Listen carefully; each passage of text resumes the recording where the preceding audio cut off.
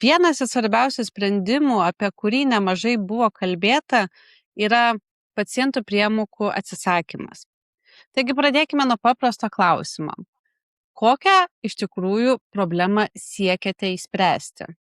Galbūt galėtumėt pateikti ir konkretų kažkokį pavyzdį, ar kaip šis sprendimas keičia paprasto žmogaus situaciją?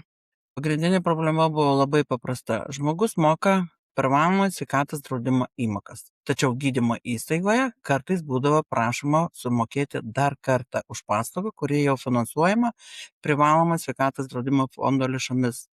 Pacientai dažnai nesuprasdavo, ar mokestis privalomas, už ką jie moka ir ar gali pasirinkti nemokamą variantą. Sergantis žmogus yra pažeidžiamas ir dažniausiai nesiginčia, tiesiog sumoka.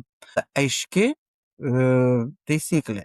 Jeigu paslauga apmokama ligonių kasų lėšomis, papildomą mokesčių už ją reikalauti negalima. Ši tvarka nuo 2026 m. gegužės 1 dienos taikoma tiek viešosiam, tiek privačioms gydymo įstaigoms, turinčiams sutartį su valstybinė ligonių kasomis.